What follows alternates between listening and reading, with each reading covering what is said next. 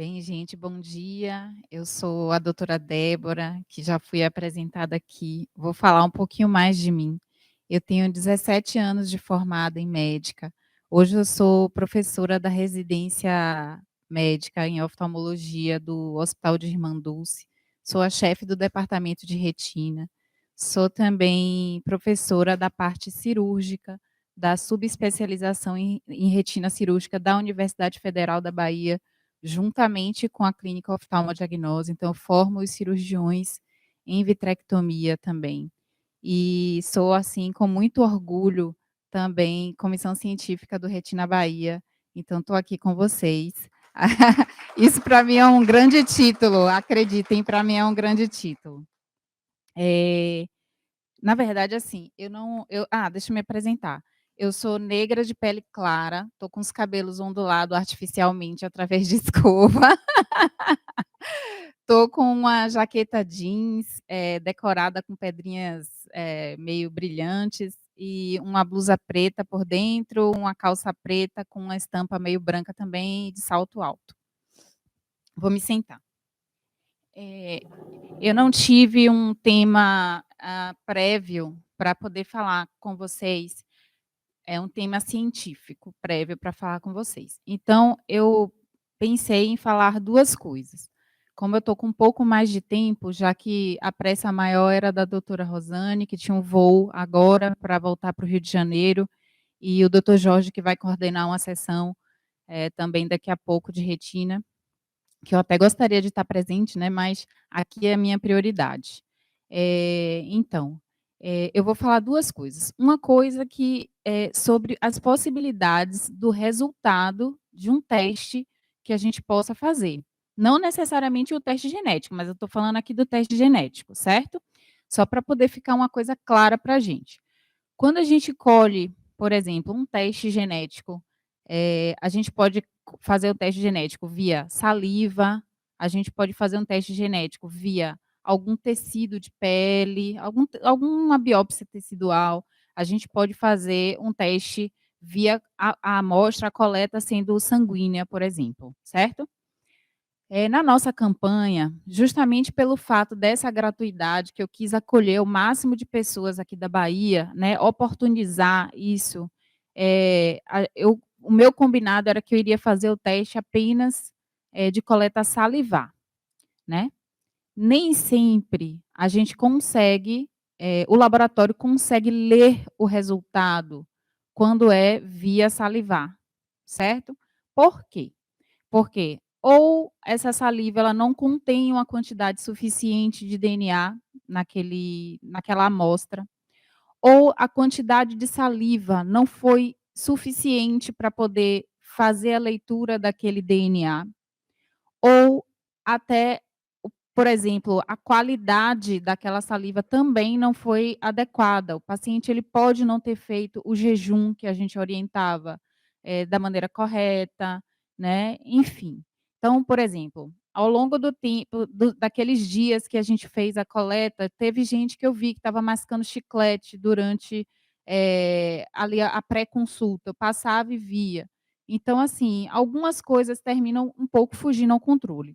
Então, o resultado que sai no site do laboratório, sai assim: amostra cancelada. Cancelada por quê? Porque aquela amostra ela não teve qualidade suficiente para poder fazer a leitura daquele DNA, certo? Eu vou dar um exemplo aqui, por exemplo. Eu tive uma paciente que ela não fez o teste genético via campanha gratuita lá no Hospital de Manduci. Foi uma paciente que veio de Manaus, para poder se consultar comigo. Ela tinha vários outros estados para poder ela ir, ela resolveu vir aqui na Bahia, em Salvador, para poder fazer uma consulta com a doutora Débora especificamente, e ela fez o teste genético com o mesmo laboratório que vocês fizeram, né, o que estava fazendo parte na campanha, e ela coletou a amostra 3 vezes de saliva. Não fui eu que coletei, o laboratório, como era privado, a relação comercial entre ele e o laboratório mandou o kit para ela, ela coletou 3 vezes. Nas 3 vezes ela não tinha, deu amostra cancelada. Não tinha DNA que conseguisse pegar naquela saliva. Então, o laboratório foi até ela, né, e fez a coleta de sangue. E só na amostra sanguínea que ela conseguiu, ter acesso ao resultado dela, certo?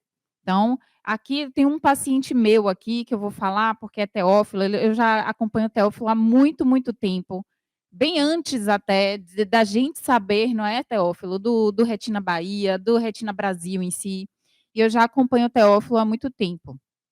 E assim, o resultado do Teófilo, que ele coletou o teste lá com a gente também, o resultado do Teófilo também veio cancelado. 2 vezes. Porque alguns pacientes eu ainda via no site que dava cancelado e eu dizia: "Não, vamos recoletar". Então muitos de vocês foram recoletar esse teste e mesmo assim veio cancelado. Às vezes só consegue realmente através da amostra sanguínea, né. E isso é fora do meu controle, por exemplo, tá. Então eu queria deixar essa parte aí ajeitada com vocês, alinhada, para que não venham ocorrer, mal-entendido. Outra possibilidade para o teste genético, do resultado, na verdade, é ele vir positivo. É quando nesse teste você consegue identificar 2 variantes, aquilo que a doutora Rosane falou logo no início, 2 variantes patogênicas. Quando a gente fala patogênica ou patológica, é um termo técnico para a gente dizer que é da doença, não é uma coisa saudável. Então, quando a gente vê 2 variantes patogênicas, aí sim esse teste ele mostra que é positivo. Por quê? Porque essas 2 variantes que foram encontradas naquela amostra, a ciência já estabeleceu, né, já tinha se descoberto que aquela variante, ela é uma variante capaz de, juntamente com outro par, causar a doença, a manifestação clínica, certo? E existe também uma outra condição que pode vir no teste, que é o inconclusivo, que a doutora Rosane Rezende já falou aqui. Às vezes, a ciência ainda não sabe sobre aquela variante que foi encontrada. Então, só depois, com o tempo, é que a ciência vai dizer: "Olha, essa variante aqui, ela é patogênica". Até hoje, a gente não sabia da existência dela, mas agora a gente sabe que ela é uma variante patogênica. E aí, por isso que ela falou que a cada 6 meses, o laboratório ele vai e roda todo mundo de novo, na maquinazinha deles lá, para poder ver se o paciente A, que tinha aquele resultado inconclusivo lá 6 meses atrás, se de repente nesses 6 meses teve uma evolução nas pesquisas, na ciência, e descobriu-se que aquela variante que foi adicionada ali no projeto Genoma, ela já é uma variante patogênica. Aí ela fala assim: "Ó, você que há 6 meses atrás tinha um resultado inconclusivo, agora é conclusivo, agora seu resultado é positivo. Agora a gente sabe que a sua manifestação clínica que você tem dessa doença está associado a essa variante aqui que foi encontrada no seu exame, certo? Por quê? Porque o projeto Genoma, ele vem em constante evolução, não está fechado ainda, certo? Então, assim, da parte do Então, o projeto Genoma é um projeto mundial em que você tem uma coleta, não é só de paciente com distrofia retiniana, são todos os genes do corpo humano, os genes saudáveis e não saudáveis. Então, existe um banco de dados que você vai alimentando esse sistema, alimentando esse banco de dados, à medida que você vai descobrindo genes e variantes desses genes. Então, por exemplo, teve uma adolescente que fez, o teste genético. Ela não está também no Retina Bahia, porque ela foi minha paciente também de consultório privado, e ela fez, e o gene dela foi um gene que a gente fechou a patogenicidade da variante dela. Ou seja, a ciência, a partir daquele momento, é que a gente conseguiu colocar mais um tijolinho no muro da ciência que ela vai se construindo. Então, o projeto de genoma é mais ou menos isso. Você tem uma parede, um muro, em que as pessoas, ao longo dos anos, elas vão colocando os tijolos até a gente, em algum momento da existência das próximas gerações, a gente conseguir mapear todos os genes do corpo humano. Então, isso é o que a gente fala do projeto Genoma, tá? A gente trabalha num braço disso aí. Bem, Então, eu só queria falar mais ou menos sobre como pode chegar para vocês essa questão do resultado do exame, para que vocês diminuam a expectativa de ter sempre um resultado positivo. Não é como, por exemplo, uma tomografia que a gente faz, uma tomografia de abdômen, que fala: "Ah, você tem uma alteração ali porque eu vi a alteração no exame de imagem". É um exame que é mais complexo, certo? Para poder a gente conseguir determinar um resultado positivo. Depende de vários fatores, tá? Só para então isso foi na verdade o recado que eu queria falar, mas aí a Ângela falou que eu poderia falar um outro tema também, e como a gente tem tempo, eu vou falar um tema, eu escolhi o Jorge falou da retinopatia diabética, eu vou falar um tema chamado retinopatia falciforme. Alguém já ouviu falar sobre isso? Aqui não? Aqui na Bahia, quem não ouviu falar sobre isso, tem que prestar mais atenção. Doença falciforme, quer falar?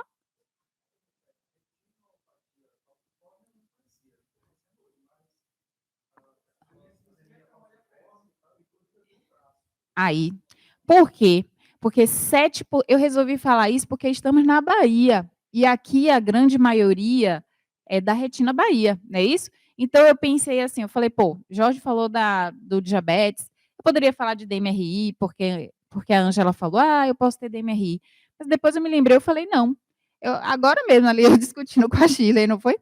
Falei: "Não, vou falar da retinopatia falciforme para vocês", porque tem essa coisa do cunho genético, que a gente vai abordar, e tem a importância também para a gente, porque nós temos na nossa população 7% de pessoas com traço falciforme.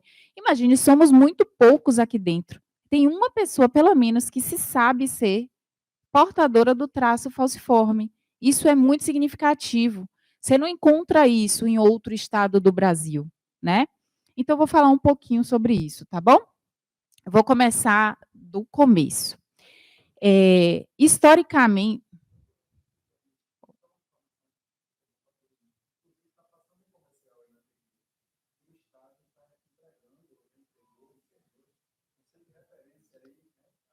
e exatamente, o governo do estado fez esse centro de referência e eu acho que isso é muito positivo, né?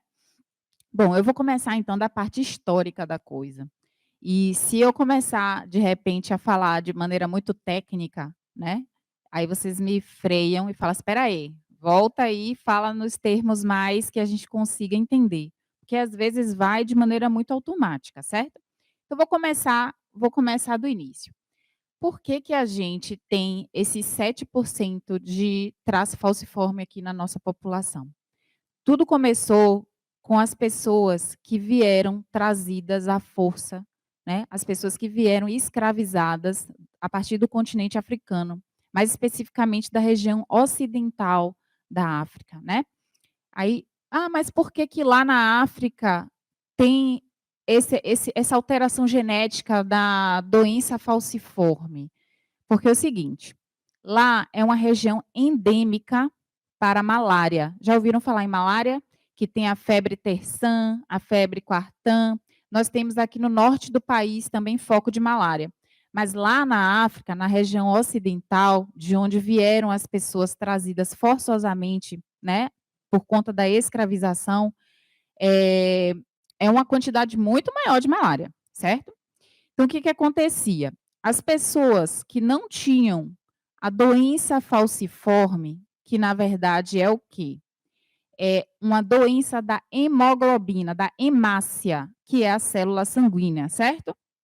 As pessoas que não tinham essa doença falciforme, elas tendiam a morrer muito mais de malária, que é uma doença grave, infecciosa, né, pelo Plasmodium falciparum, Plasmodium vivax. Então essas pessoas elas terminavam morrendo muito mais do que as pessoas que tinham o gene para a doença falciforme.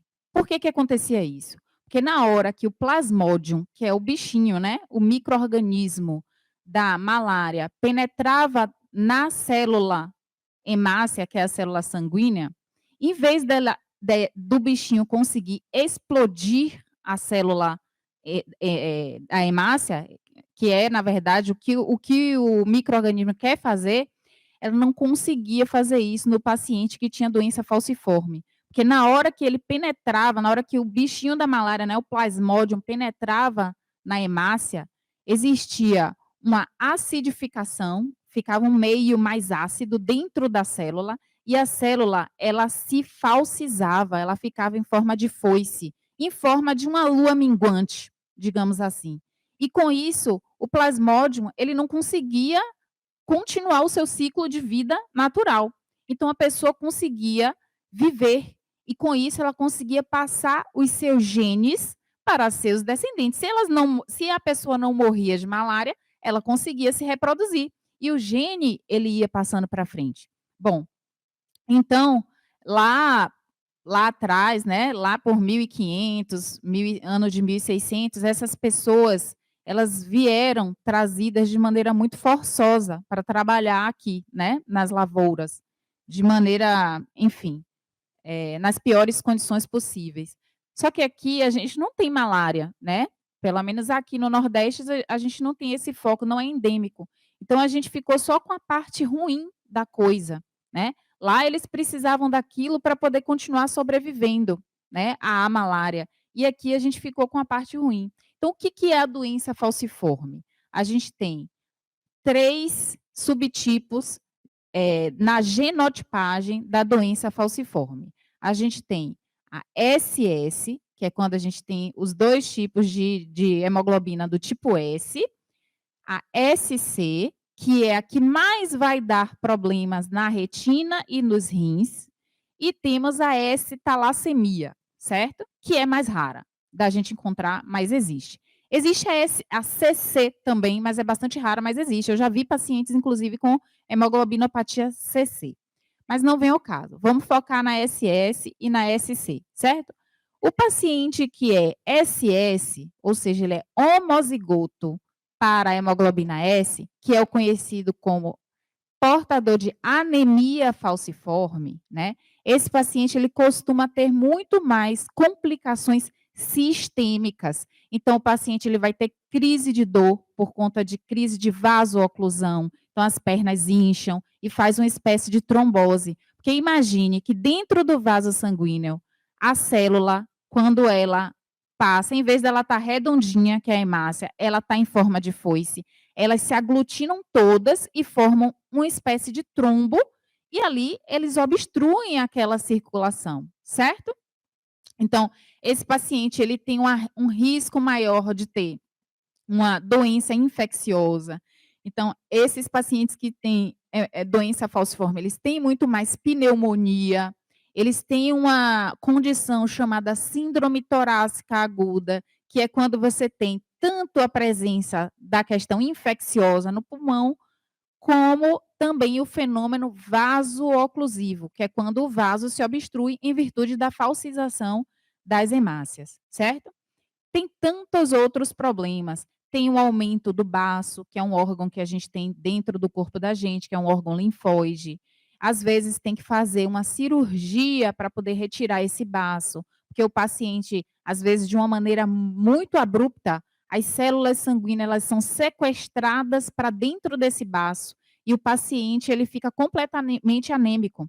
E isso de forma muito abrupta, o paciente termina tendo um risco de morrer, certo? Então, às vezes, tem que fazer uma esplenectomia, que é o tipo de cirurgia para retirada do baço. O paciente, por definição, né, anemia falciforme, ele já tem uma anemia, então tem os sintomas da anemia também.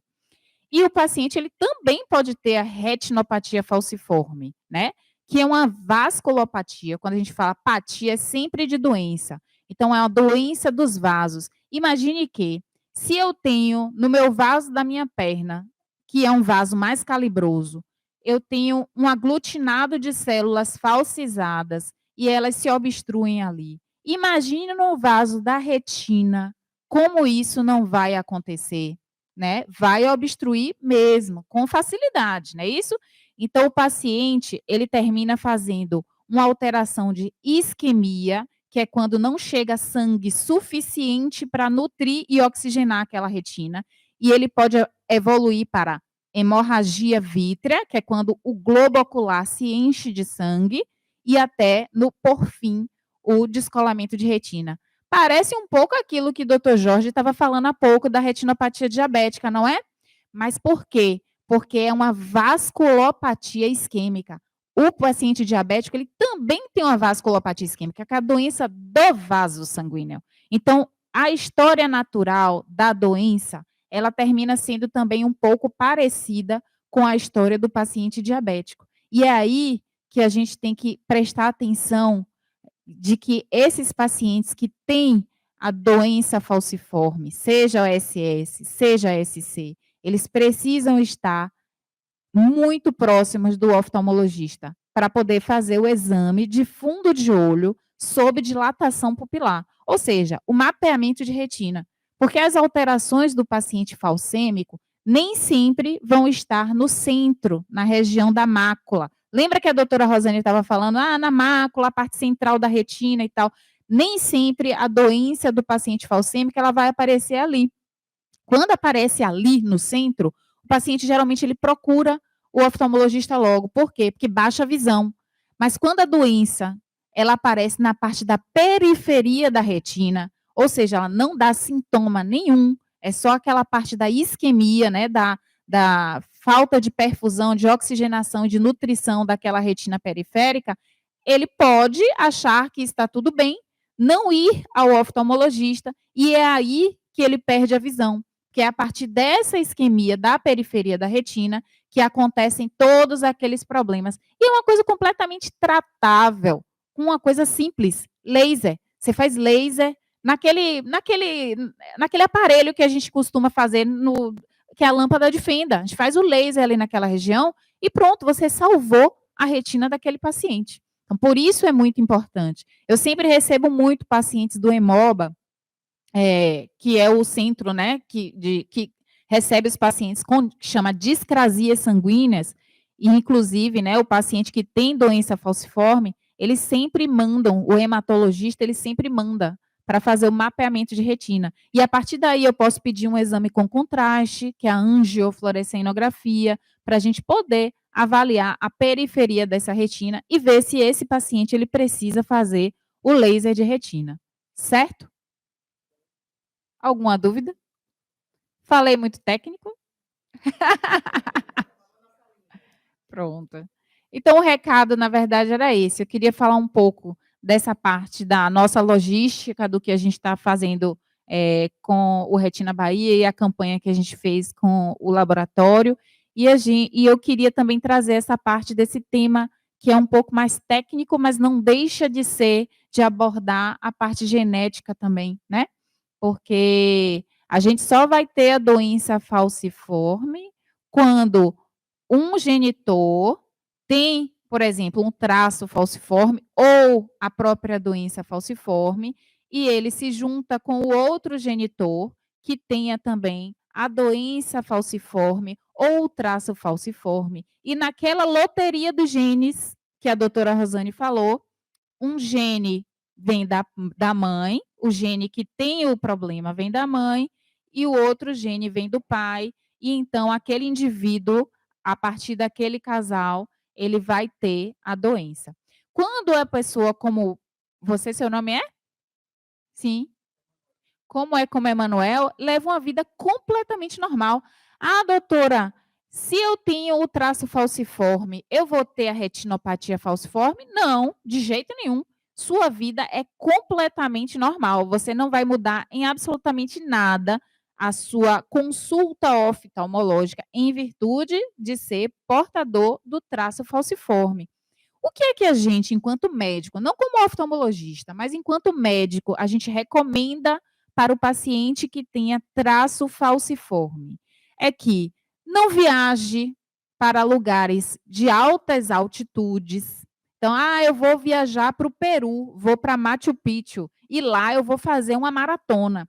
Lá tem baixo índice de oxigenação. Então, nesse caso, o paciente que é portador do traço falciforme, ele pode fazer a falcização e pode ter uma crise vaso-oclusiva, certo? Então, eu tenho traço falciforme eu vou ficar dias sem beber água. Não faça isso, porque se você não se hidrata bem, você vai acidificar o seu corpo e isso vai favorecer a uma falcização. Então, só se você estiver submetido a condições extremas, né? Então, uma desidratação extrema, ou se você vai para um lugar de altas altitudes e vai fazer uma maratona, aí sim você tem o risco de fazer uma trombose, um evento vaso-oclusivo, certo? Mas no mais, a sua vida é completamente normal, não muda em nada, você não vai ter nenhum problema que seja concernente à doença falciforme, certo?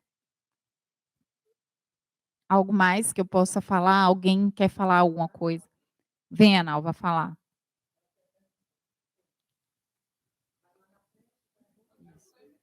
É porque está gravando. Fica aqui na frente, aí depois você passa o telefone. O microfone. Então, deixa eu ficar nessa posição. Doutora Débora, como eu... Mais para cá? Oh, tá. Tá. Certo. Doutora Débora, eu recebi o meu resultado de teste genético há 2 dias atrás, né, tá fresquinho. Como eu falei, né, no começo, fui constatado que eu tenho a cromatopsia. Na minha família, nós somos 6 irmãos. Desses 6 irmãos, 2 não herdaram a patologia. Né? 2 nasceram com patologia, 2 não. 2 nasceram com a patologia. Então, os meus 2 pais são portadores dos genes e são mutados, não é isso? Por que foi intercalado por 2 irmãos que não herdaram? Lembra que, assim, é uma loteria. Na verdade, assim, quando a gente vai falar da genética, a célula, o espermatozoide, ele vai carregar dentro de si uma parte só, né, metade dos genes do seu pai. E o óvulo da sua mãe, ele está carregando metade dos genes da sua mãe, certo? Só que a confecção daquele espermatozoide e a confecção daquele óvulo é ao acaso, é aleatório. Não significa que, é porque pula uma geração de irmãos, é porque um teve mais sorte ou menos sorte. É aleatório. Vou dar um exemplo para você entender. Ele, que é portador do traço falciforme, né? Ele tem lá um gene, que é o gene da hemoglobina A, que é a hemoglobina normal, e o gene da hemoglobina S, que é a hemoglobina que é patológica, certo? Apesar de que para ele não muda em nada, ele tem uma vida completamente normal, ele é saudável. Se por um acaso ele tiver um filho com outra pessoa, outra mulher que tenha a hemoglobina A, que é a hemoglobina saudável, junto com a hemoglobina S, que é a hemoglobina patológica, você tem 25% de chance do paciente nascer com S e S. Por quê? Porque é o acaso a formação do espermatozoide dele e do óvulo dela. Entendeu? Então, assim, não tem como explicar o porquê que um irmão foi poupado, o outro irmão ele ficou portador daquele problema, porque é uma loteria mesmo de genes. A gente não tem como ser assertivo na questão matemática. Então, por exemplo, quando o médico geneticista ele vai fazer o aconselhamento genético, ele vai dizer para você, você vai pegar o seu teste genético, vai pegar o teste genético do seu marido, enfim, da pessoa que você está ali para poder querer ter o filho, já que você está ali num programa de aconselhamento genético, e ele vai fazer os cálculos, ele vai dizer assim, você tem tantos % de risco de ter um filho que vai ter o problema. Você tem tantos % de risco do seu filho ser portador apenas de uma parte do gene. Como ele, por exemplo, só tem uma parte do gene que não é saudável. Você tem tantos % de chance de ter o filho que não vai ter nada, vai pegar o seu gene que é saudável junto com os genes saudáveis do seu marido, do seu cônjuge, certo? Então, assim, não tem como a gente determinar matematicamente ou exatamente por que um vai ter e o outro não vai ter. É certo que existem as doenças que são ligadas ao X. Aí já é uma outra situação, certo? Então, quando a gente tem uma doença hereditária genética ligada ao X, são os homens, na sua grande maioria, que vão ser acometidos por essa patologia, certo? Doutora, por quê? Vamos lembrar. O óvulo da mulher, ele é XX, e a do homem é XY, não é isso? Pronto. Então, quando eu tenho uma doença ligada ao X, é porque, e é no homem, é por quê? Porque a mãe passou o gene, que é o gene portador da doença, para o embrião, e o pai, ele só pode contribuir com o Y, que nunca vai ter a doença, nunca vai ter o Y, porque a doença, por definição, já é ligada ao X. Então, a mãe que passou o X, que é doente, e o Y veio do pai, e aí o menino, ele vai ter a patologia. Porque isso, na verdade, é uma das coisas, a gente tem algumas doenças, algumas patologias hereditárias, não somente da retina, não somente, é no corpo todo, que estão doenças ligadas ao X. E a gente vai ver isso mais na população masculina, certo? Então, assim, no seu caso, que é da cromatopsia, ela não tem essa questão de ser ligada ao X, ou porque pulou uma geração, ou porque pulou a outra. Foi ao acaso, entendeu? O acaso mesmo da estatística genética, certo?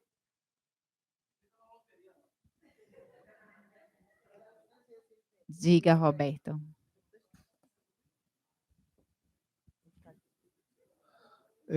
Doutora, com relação ao gene ABCA4 e as mutações, né, que existem, que a gente sabe que já passou de 1.300 mutações, sendo 1% somente na América Latina, né? As doenças causadas pelo ABCA4, que seria o Stargardt, as doenças oculares, né? Seria o Stargardt, distrofia de cones, enfim, elas estão ligadas a essas variantes. É possível determinar que uma variante poderia causar uma outra doença, ou uma mutação vai causar distrofia de cones, uma distrofia vai causar. Já é possível fazer essa afirmação ou não?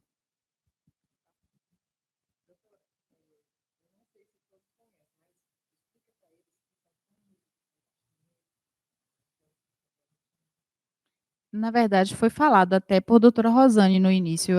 Ela falou que a gente tem os cones, né, que são as células que ficam muito mais no centro da retina, na região da mácula. Então, 90% dos cones, que são responsáveis pela visão de cores e pela definição da imagem, estão na mácula, que é o olhar de frente, certo?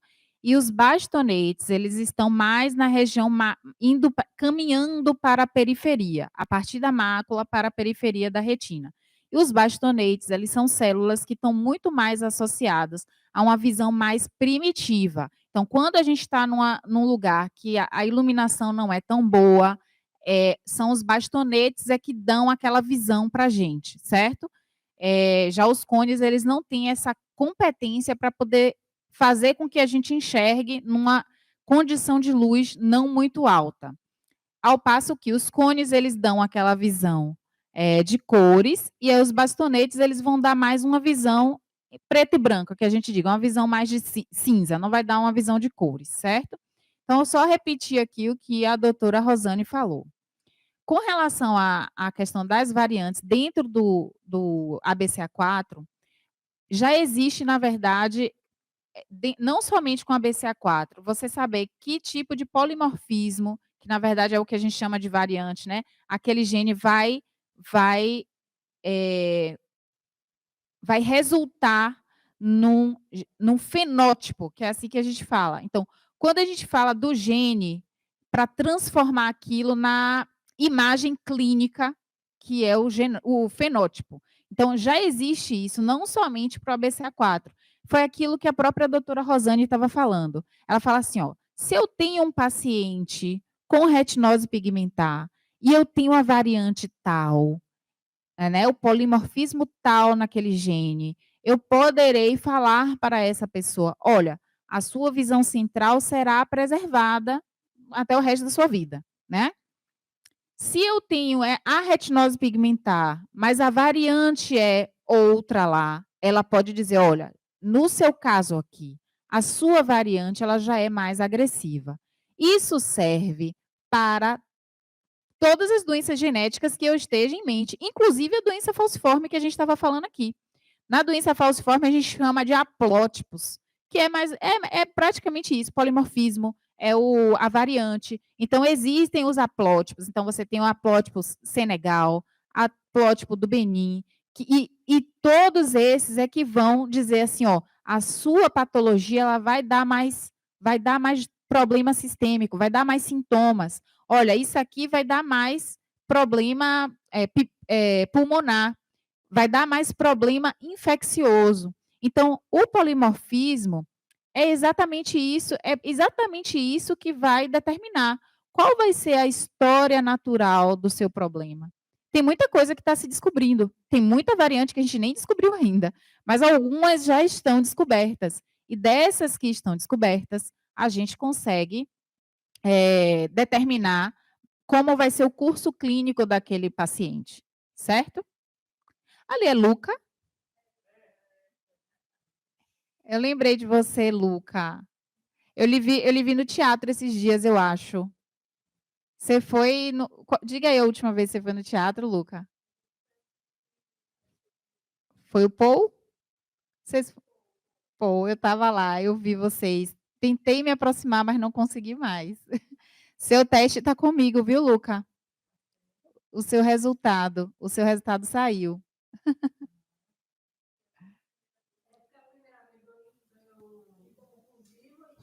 E aí recoletou, não foi, Luca? Mas já está sim liberado, viu? Que bom que na recoleta deu certo, tá vendo? Nem sempre quando a gente recoleta não dá certo. Eu me esforcei ao máximo para poder conseguir recoletar de todos. Me esforcei ao máximo, assim, sabe? Minha gente, eu acho que meu tempo esgotou aqui com vocês. Diga.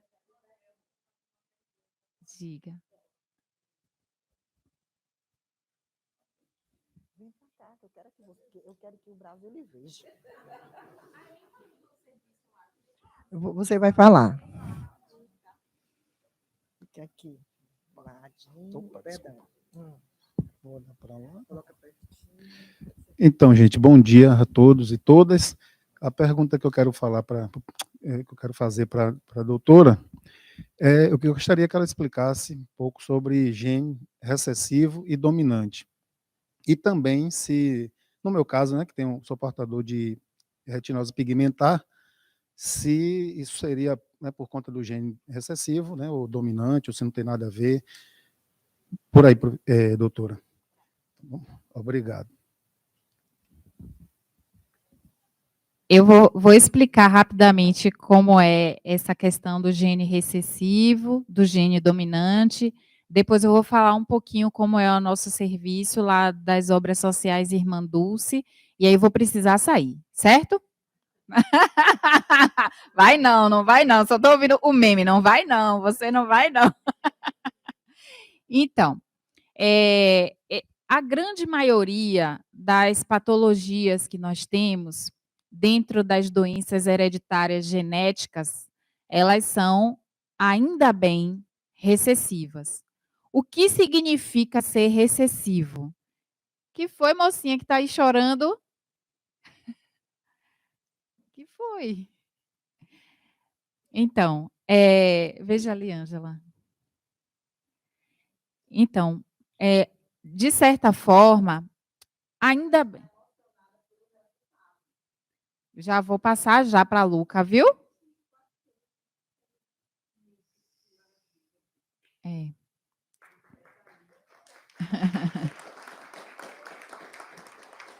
E por isso mesmo, na hora que eu vi, me chamou muita atenção, porque eu me lembro muito, o Luca foi um caso que me marcou muito, viu?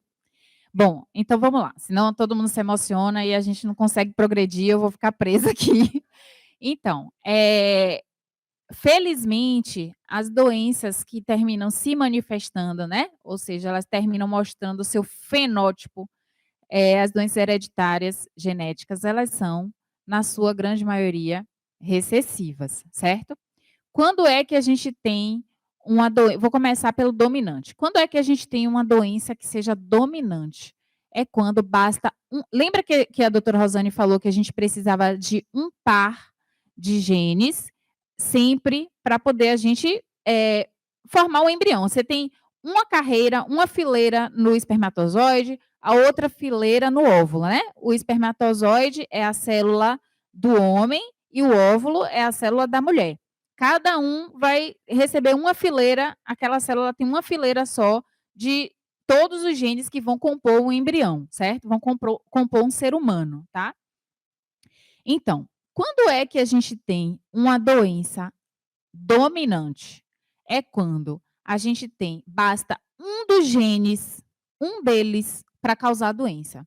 Então, o gene, pouco importa se o gene da mãe seja, ou do pai seja saudável, se tiver pelo menos um gene, ou da mãe ou do pai, com doença, a criança necessariamente vai nascer com a doença, certo? Então, isso é uma doença dominante, que a gente chama de autossômica dominante. Autossômica é do somo, é do corpo, né? É que não está relacionada, não está ligado ao sexo, certo? Como, lembra que eu falei tem doenças que são ligadas ao sexo, né? É quando a gente liga ao X ou ao Y. No caso aí, é nos genes que são do soma, do corpo. Então, por exemplo, a doença falciforme, a retinose pigmentar, elas não estão ligadas aos genes sexuais, X ou Y, estão ligadas a outros genes, tá? Então, por exemplo, a retinose pigmentar, na imensa maioria, ela é de herança recessiva. Então, precisa do gene que tem o problema do pai, juntando com o gene da mãe, naquela loteria que a gente explicou aqui, para poder formar aquele embrião que vai manifestar a doença. Por quê? Porque o par de genes dele somou o da mãe, que é um gene que não é normal, com o do pai, e juntou aquele par que termina se manifestando, resultando numa doença, certo?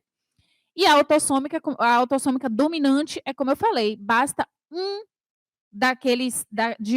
do par ser doente para que a pessoa ela já esteja necessariamente fadada a ter aquela doença. Só que é uma minoria de pessoas que têm uma doença autossômica dominante, felizmente, certo? Ficou claro? Posso falar do meu serviço? Puxar para minha sardinha? Então, o Irmã Dulce é o lugar, assim, que é o meu lugar de coração, certo? Eu fui convidada para trabalhar lá, muito por amor mesmo, sabe? Não sei se é amor ou retribuição a tudo que eu recebi da minha vida, da minha história, da minha vida, de quem é Débora, de que foi a Débora criança, que é filha de Marinalva, que é filha de Moraes, que tem 7 irmãos, sabe? Que passou a vida toda num conjunto ali no Cabula, e que se esforçou muito, e que não tinha muitos recursos para poder estudar, e que há 22 anos atrás decidiu que ia fazer medicina, mesmo com todas as dificuldades, e fez, né? Então, ter sido chamada para trabalhar lá no Irmã Dulce foi o meu chamado, é o que eu digo assim.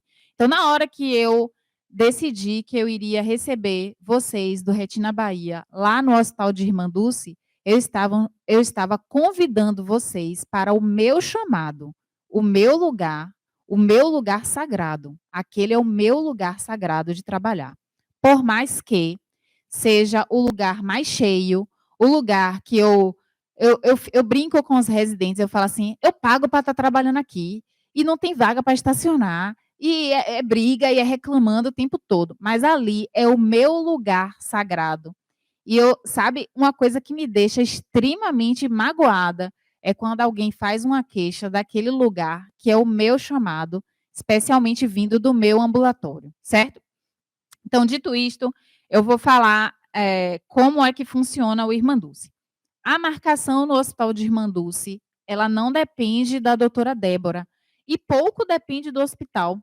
Na verdade, depende da regulação, porque o hospital ele está submetido ao Sistema Único de Saúde, certo? Então, doutora, eu não consigo marcar no hospital. Eu não vou conseguir resolver esse problema. Por que eu consegui receber os pacientes do Retina Bahia para conseguir fazer aqueles exames e a coleta de vocês? Porque eu fui até a diretoria do hospital, eu escrevi um projeto e falei, eu gostaria de receber essas pessoas aqui.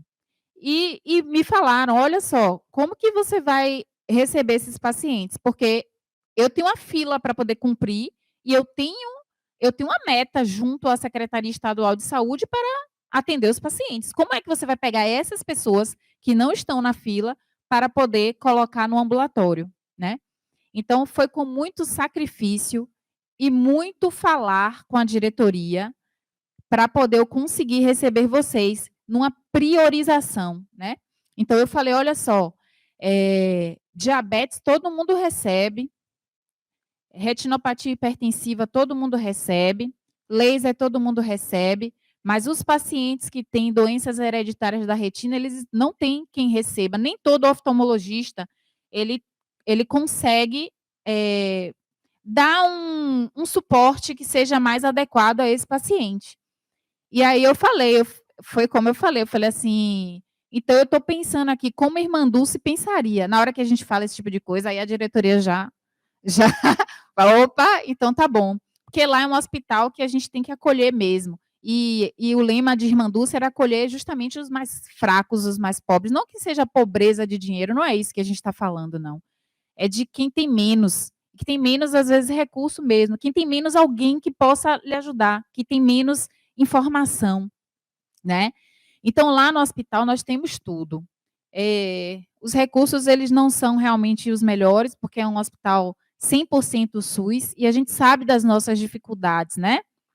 Mas lá vocês passaram por um exame de retinografia, para poder a gente conseguir tirar foto da retina e ver a condição, o status em que vocês se encontravam, até para que a gente possa dizer, poxa, essa alteração que tem aqui no olho, que eu estou vendo aqui na foto, é compatível com o que aconteceu aqui nesse teste genético?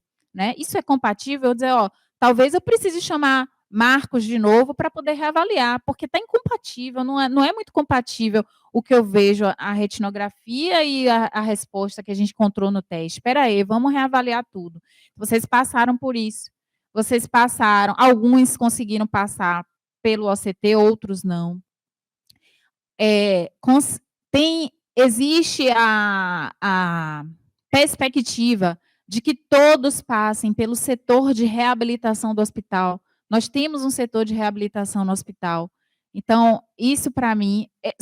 temos dois institutos aqui em Salvador que fazem esse acolhimento. É o Instituto dos Cegos da Bahia, que é mais antigo, e o CER4, que é do Hospital Irmandulce, né? Então, você tem um setor de reabilitação com a médica oftalmologista, especialista em visão subnormal, a doutora Rosa, lá dentro, né? Então, assim, doutora, mas a gente não consegue passar no CER4, a gente não consegue passar na médica geneticista, porque tem a médica geneticista lá também, que vocês passam, né?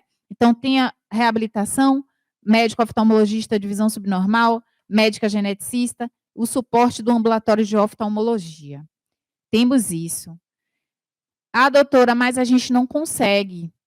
Eu não tenho como chegar para o CER4 e chegar e dizer assim, ó, a gente vai parar tudo aqui agora e a gente vai receber só os pacientes do Retina Bahia, certo? Eu já fiz essa priorização e eu tinha a faca e o queijo na mão para poder falar por que eu precisava, porque existia uma campanha que tinha um tempo, o tempo de iniciar e o tempo de terminar.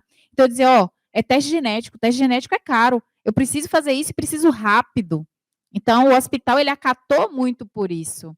Mas no CER4, eu não tenho como chegar para o CER4, que é o Instituto de Reabilitação do Irmandulce, e dizer, para tudo para poder priorizar, Porque, na verdade, no SUS, nós somos todos iguais. Se eu precisar de atendimento, você precisar de atendimento, Ângela, a gente tem que ter o mesmo atendimento, entendeu? Eu não tenho como priorizar. E a despeito disso, houve até uma priorização. Por conta da demanda, o hospital entendeu de maneira muito benevolente, dizer assim, não, vamos separar 2 vagas aqui por semana para esse grupo de pacientes. Mas vocês entendem que existe uma fila enorme de pacientes lá fora, pacientes cegos por diabetes, por tantas outras patologias que estão precisando também. Então, é óbvio, a associação é importante, a associação é forte, a associação consegue muita coisa, inclusive essas 2 vagas por semana é pela força da associação. Mas a gente não pode nunca esquecer que, como a gente, tem o outro do lado, que ele pode não estar na associação, ele pode ser cego por causa de um problema na córnea e não na retina. E por que que ele é tão pior que você ou que eu? Entendeu? Então, eu peço muita paciência com o Hospital de Irmã Dulce. Eu peço que vocês tenham, para além da paciência com o Hospital de Irmã Dulce. Aquilo ali é o meu lugar. Por favor, respeitem esse lugar. Não façam mais queixas no hospital. Não façam mais isso. Porque isso me afeta diretamente. É a mim. O hospital não está afetando a mim. Magoa a mim. Quem chora sou eu, não é a diretoria do hospital. Entendeu? Então, por favor, eu vou pedir encarecidamente que vocês tenham essa consideração, porque nós estamos trabalhando arduamente para poder a gente conseguir finalizar isso aqui, certo? Com você. Finalizar não, que não tem fim, né? Mas pelo menos essa etapa da campanha que a gente consiga concluir. Tá bom, gente? Foi um prazer enorme falar com vocês. É tudo por vocês, afinal, né? É tudo por vocês mesmo, afinal. Diga, meu amor.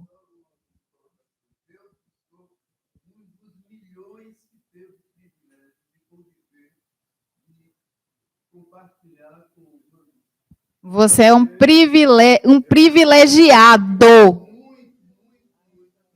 Porque eu trabalhava numa empresa que era de construção civil e que mensalmente ela ia em alguns escritórios para pedir ajuda, né? E mensalmente ela passava lá no escritório, eu recepcionava sempre, porque eu era administrador e também trabalhava na parte contábil e tudo. Recepcionava, porque eu tinha assessorista lá, eles subiam com ela, depois eu descia, ia com ela até a porta do prédio, mensalmente eu fazia isso. Então, hoje eu faço parte do texto dos homens na Igreja Matriz de Santa Dulce do Saboeiro, mas que eu faço por muito prazer de ter tido esse convívio, né? Porque muitas pessoas não teve, eu tive. É muito diferente. Enquanto eu estou lá caladinho, participando, sempre que posso, eu estou pedindo para mim, pedindo para todo mundo, a família, amigos, todo mundo entra na fatia do bolo. E é um prazer muito, muito grande mesmo. Que maravilha, né?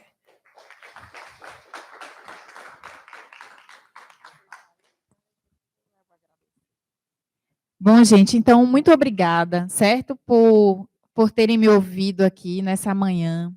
Eu estou à disposição. Nem sempre eu consigo dar a atenção que eu gostaria, né? Mas Marcos tem o meu telefone, Jane tem meu telefone, Ângela, que é muito maravilhosa, tem meu telefone, Teófilo tem meu telefone há milhares de anos. Então, no que eu puder ajudar vocês, tá bom? Eu estou à disposição. Diga, meu amor.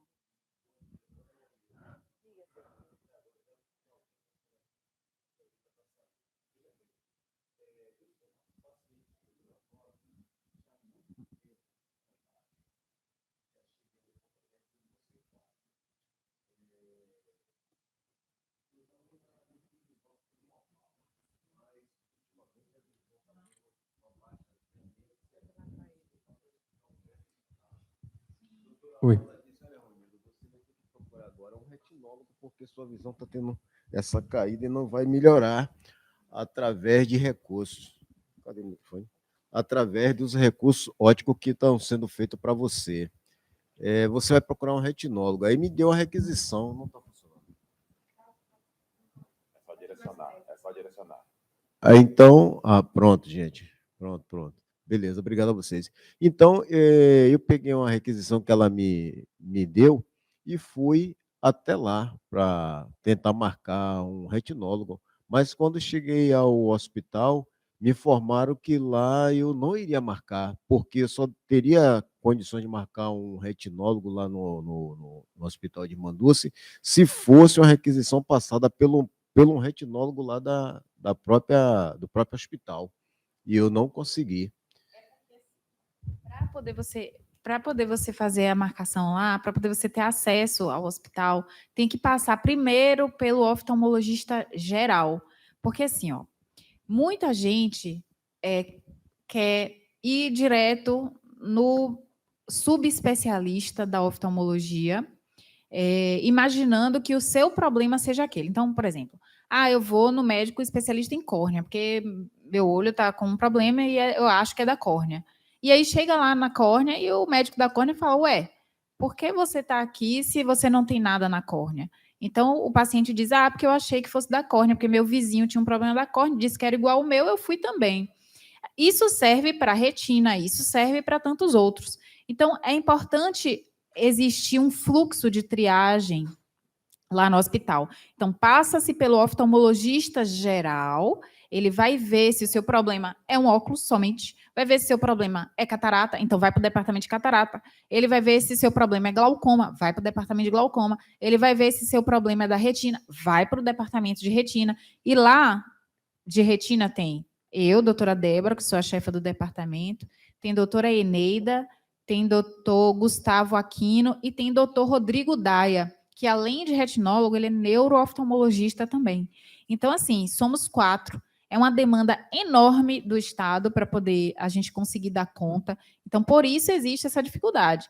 O caminho, na verdade, é você tentar buscar marcar através do oftalmologista, consulta com o oftalmologista geral, para a partir daí você ir para o retinólogo, certo?